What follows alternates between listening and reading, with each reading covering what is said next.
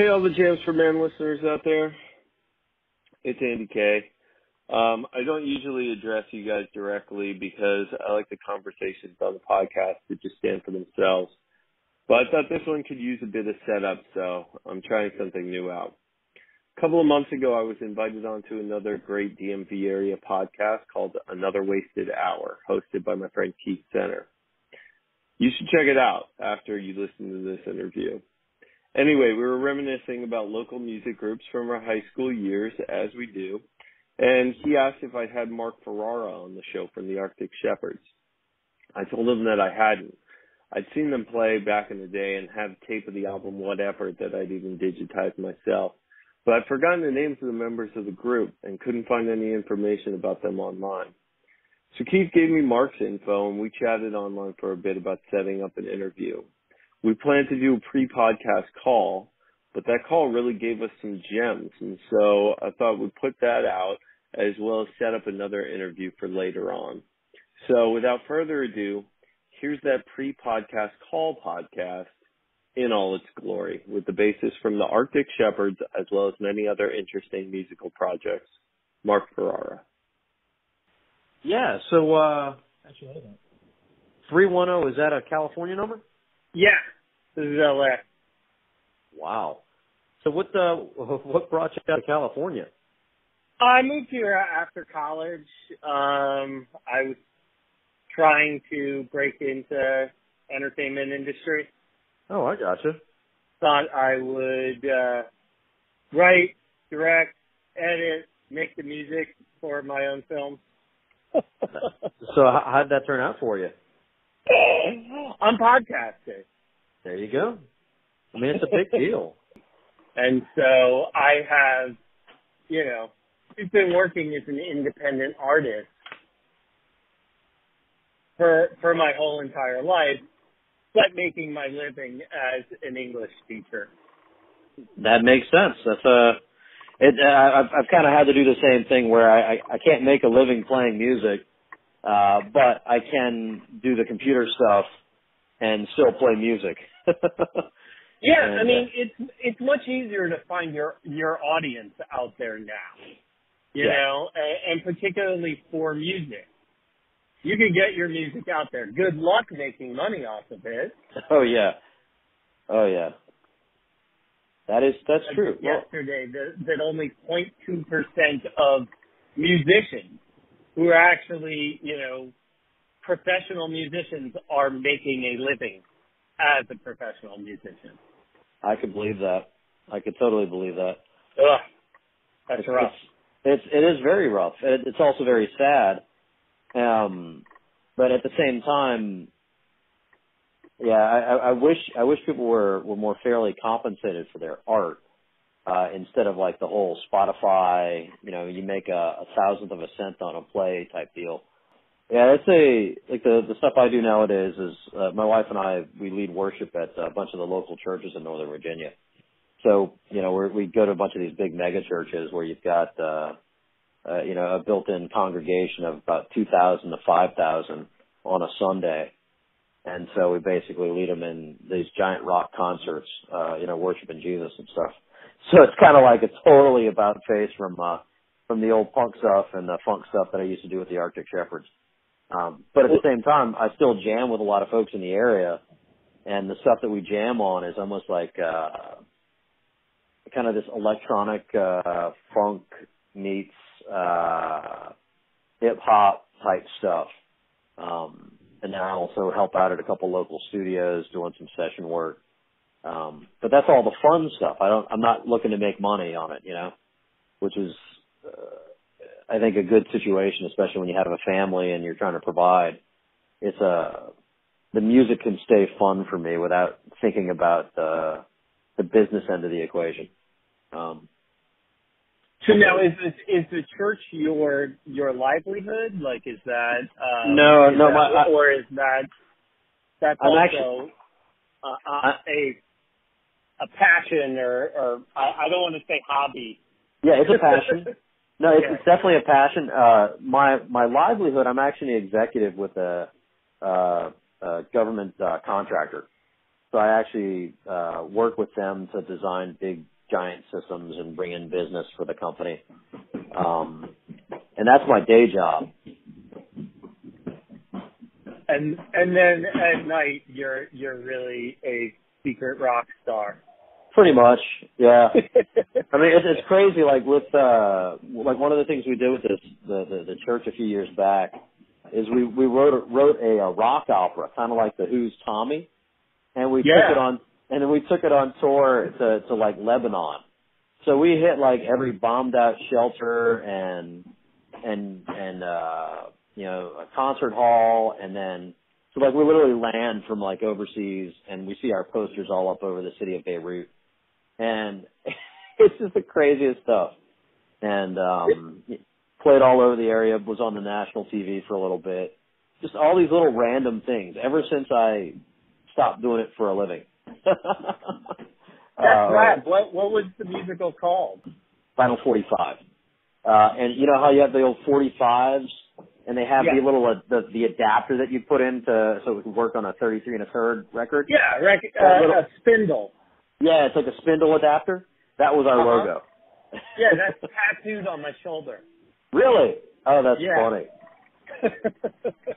And it's like one of the guys in the band was the guitarist from the Eccentrics, who you may have remembered from back in the day. I do remember them. I smoked my first joint on the way to one of their shows.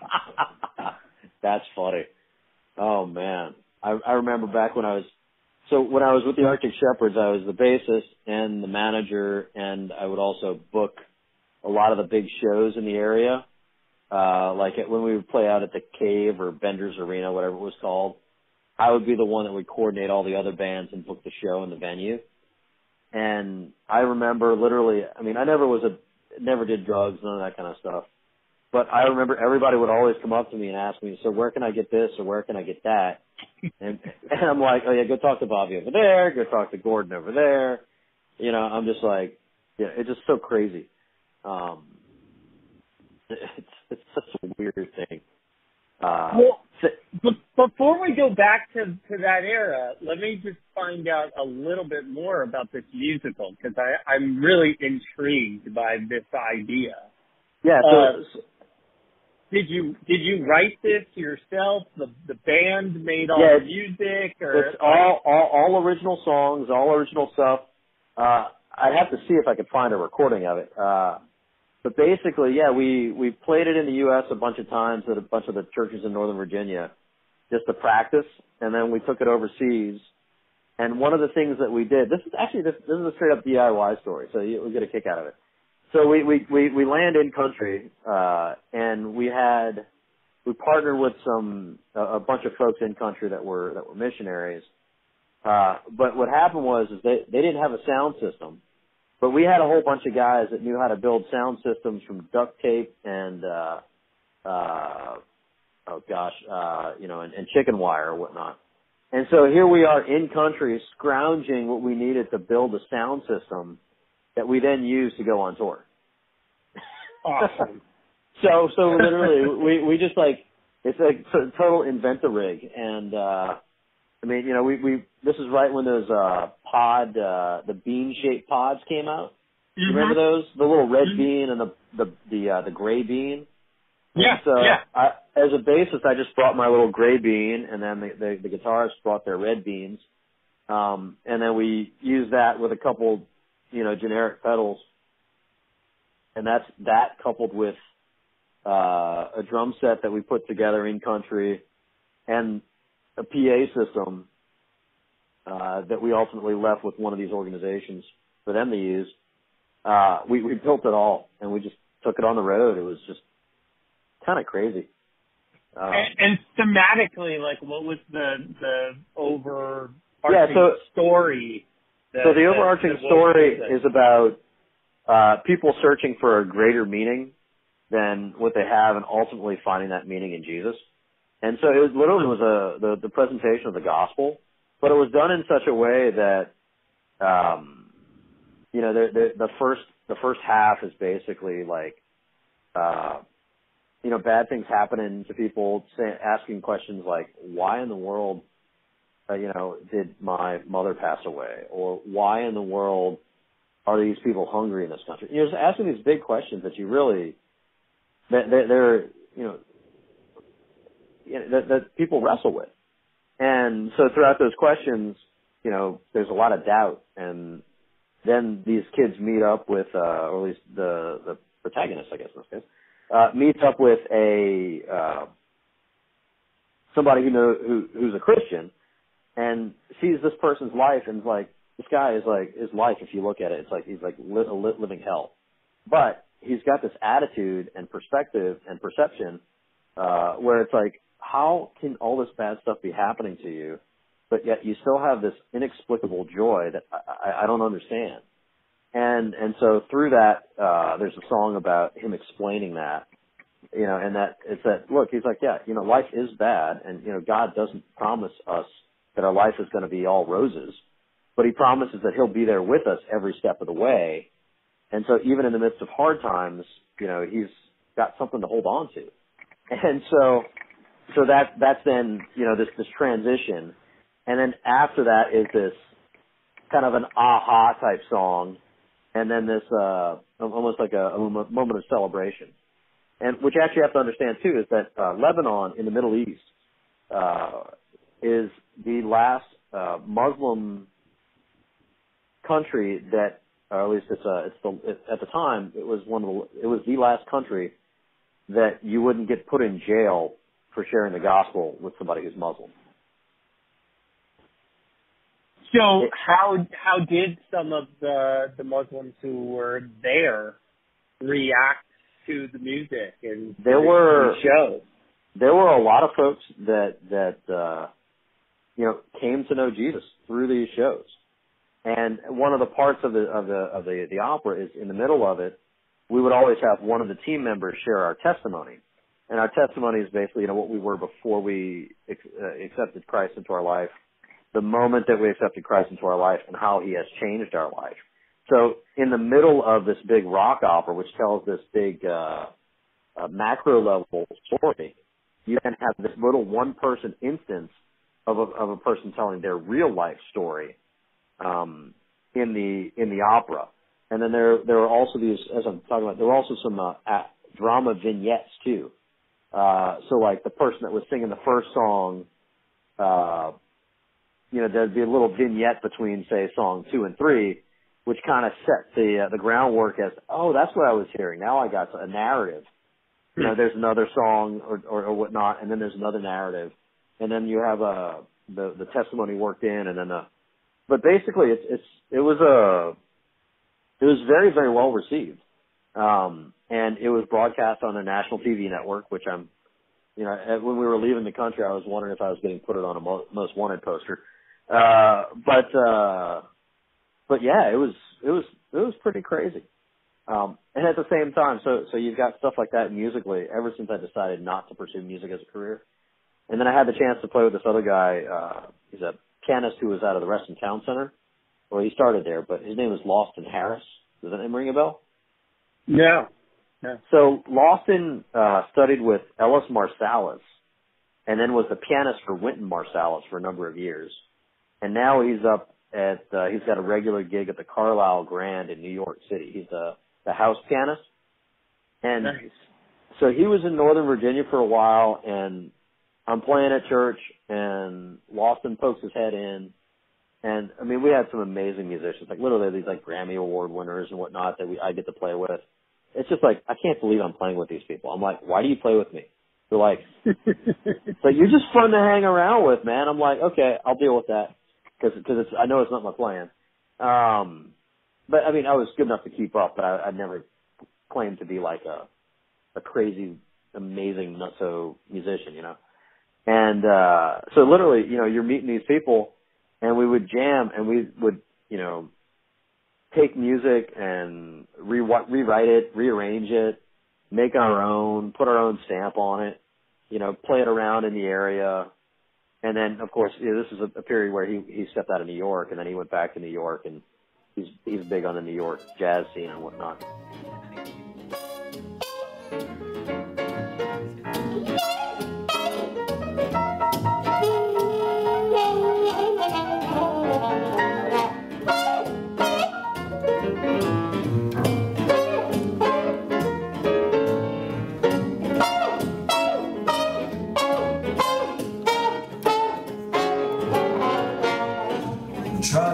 think love's not around.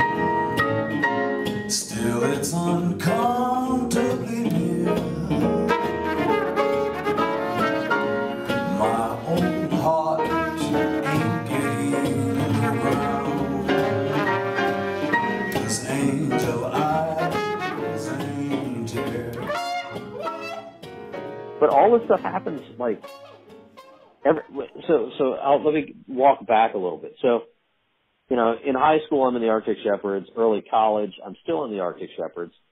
It was about sophomore year in college when there was this guy from Virgin Records that was talking to us for a while. I can't even remember his name, but he was a scout that had been poking his head in and following us for about a year and a half or so. And it got to a point where I was like, dude, are you actually going to sign us, or should we just go focus on school? And he basically was like, nah, you guys aren't, I can't really sign you guys. Because just so that you know, like the early cassettes that we put out, was it 2, I guess, and there was a third that never was released, which I lost in a house fire. The first one was The Day the Penguins Flew, and then the second one was Whatever, and the third one was we literally had done, but we never released it because it was in the season.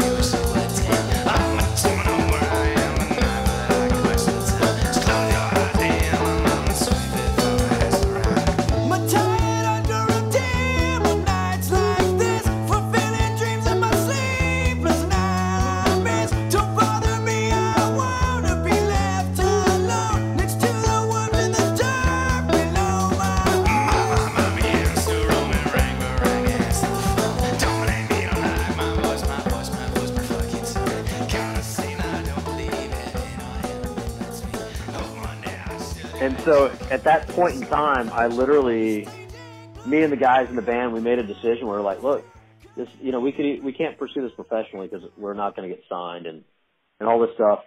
So let's say, you know, basically we'd made enough money where, you know, we'd been able to buy instruments and pay for gear and stuff. It was like, well, we've got $500 in the bank. Let's each take $100, call it quits, and say that was a great deal. We had a blast. And that's kind of what we did. Ever since that moment, and when I decided not to pursue music as a career, that's when I started running into all these people and starting to play with all these crazy cats. And it's just like, it doesn't make any sense to me. But it's been a fun ride. There must be some kind of plan behind it, right? Oh yeah, I totally think it's God's blessing through my life and moving me and giving me these opportunities. And then my wife is a singer too, so we do this stuff together. So she's a worship leader and I'm the music director is kind of the role that we play now. And yeah, it's just a lot of fun. And then, you know, I'm also learning to play drums. Like I'm trying to become JoJo Meyer. I've got a lot of work to go, but, So let me ask you, were you struggling with those themes and those concepts that you were talking about in the musical, like back when you were in high school or when you were when you were playing in the Shepherds? Yeah, actually, you know, that's a good question. Interestingly enough, the Arctic Shepherds, I met most of the bandmates on a Young Life retreat. A Young Life is like this high school Christian mission organization. And I met a bunch of musicians on this Christian retreat. And I really wouldn't say I was a Christian at the time. And that's actually how I met these musicians. And through that, you know, I'm some of the guys in the first iteration of the Arctic Shepherds. You know, one of them was a Christian. And, you know, he'd shared the gospel with me, so I'd heard it at the time. And I know I was having family issues with daddy issues, daddy wounding, that type of stuff. And so I definitely had some struggles, and I was asking questions. So I definitely personally was wrestling with this stuff when I was with the Arctic Shepherds. But it didn't really come out in the music because of the way that we composed our music. Or at least it didn't come out lyrically in the way that we composed music with the Arctic Shepherds. But it definitely was something that I was working through. And then there was a period in college where I just didn't even have anything to do with it until my mom's dad, my pawpaw, and a close friend of mine, Yusef Freeman, passed away. Do you remember Hassan Freeman, by the way? Yeah. So he had a younger brother, Yusef, and his younger brother, Yusef, drowned in one of the lakes in Reston. Do you remember this?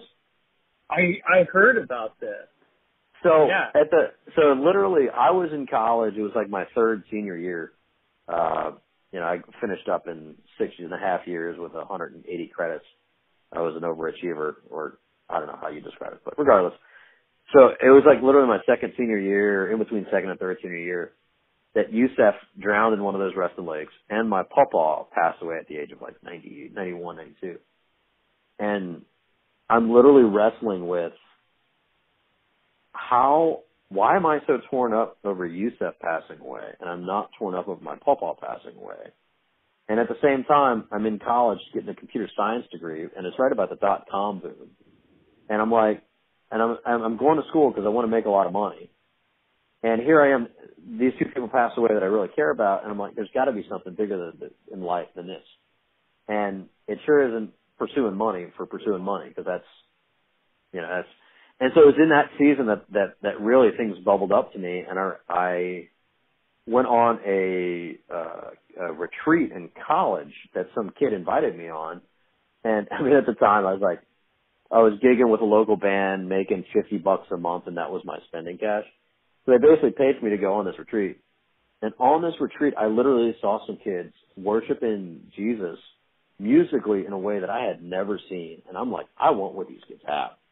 Because I'm like, these kids are pursuing something bigger than themselves, something that gives them meaning, a meaning that I don't have, and I want that.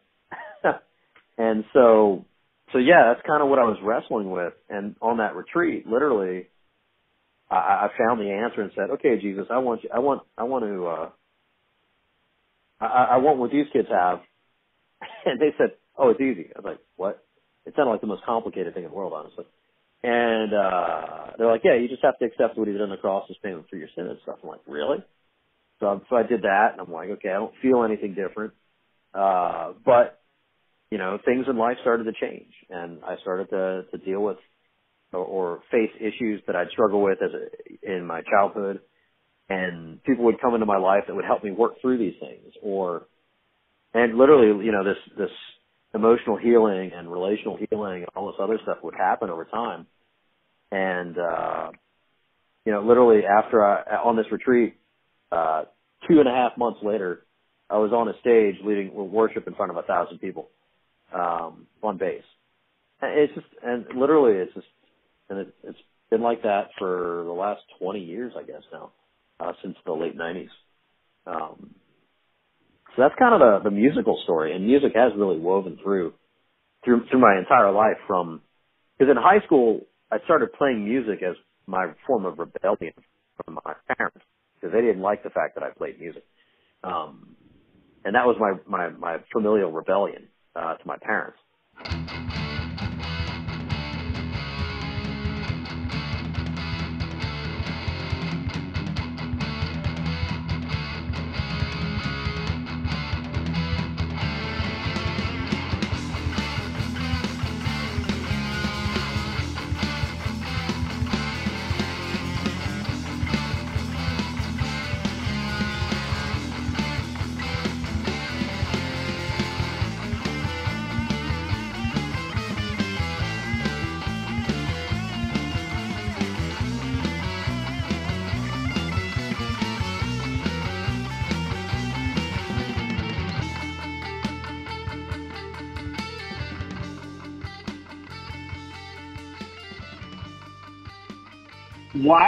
Why didn't they like you playing music? I really don't know. I wouldn't say it's like an expressive, like I can't stand him playing music. I think it's that they thought I was wasting my time. Is more, I think, the what I got from my parents. I'm like, I love playing music. You know, for me, music is life giving. Do you know what I mean? It's like, you know, you it's like, I can sit down, and nowadays I do these Thursday night sessions at a buddy's studio in downtown Herndon, and I go there, and they're everybody across the map. You know, everybody's, you know, drinking beer, smoking dope, all that stuff. And, you know, we're playing like hip hop tunes or whatever the songs we're playing that week are.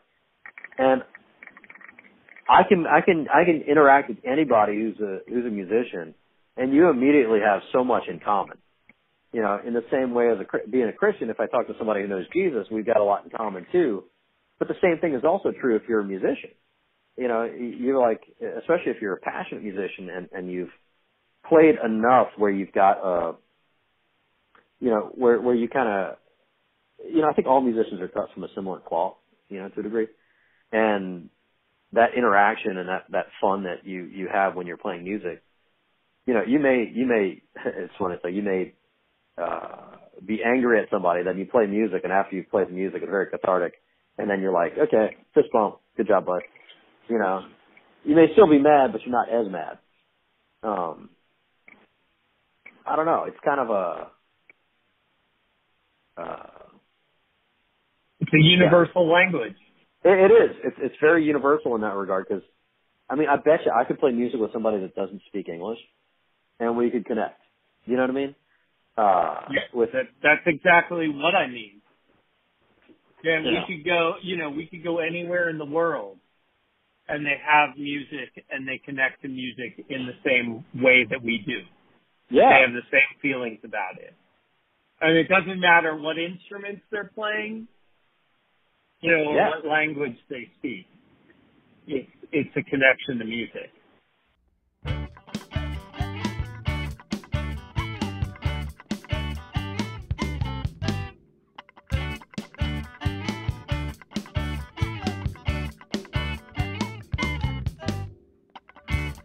The saran wrap that sticks to my eyes helps me step the luck. Someone might be a mirror, so I start to like myself. I will count up in my mind all the jealousy and think insecure thoughts. Intimidated to you.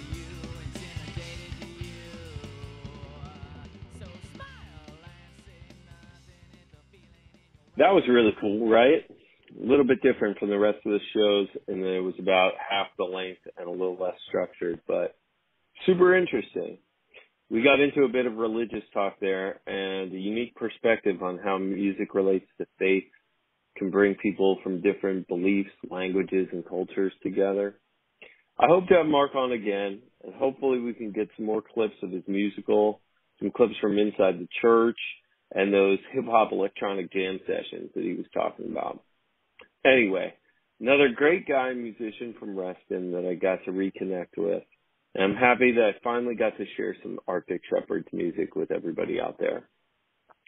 Make sure to keep listening, because we got tons of great episodes coming up with Bobo from Avail next week, Mike Davis of one of the original Reston bands that put this thing in motion, Pudwack, Chris Jackson of Vehicle Birth and Dharma Coffee House, and, of course, Zach and Aaron of the Sun Monkeys. So stay tuned.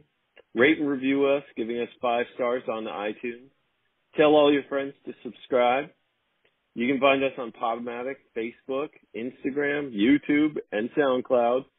And if you got any video clips of these bands or songs that you think I'd like to hear, send them to jamsforman@gmail.com. Thank you for listening. And I'll be here every week talking to great musicians from Northern Virginia and the D.C. suburbs throughout 2019.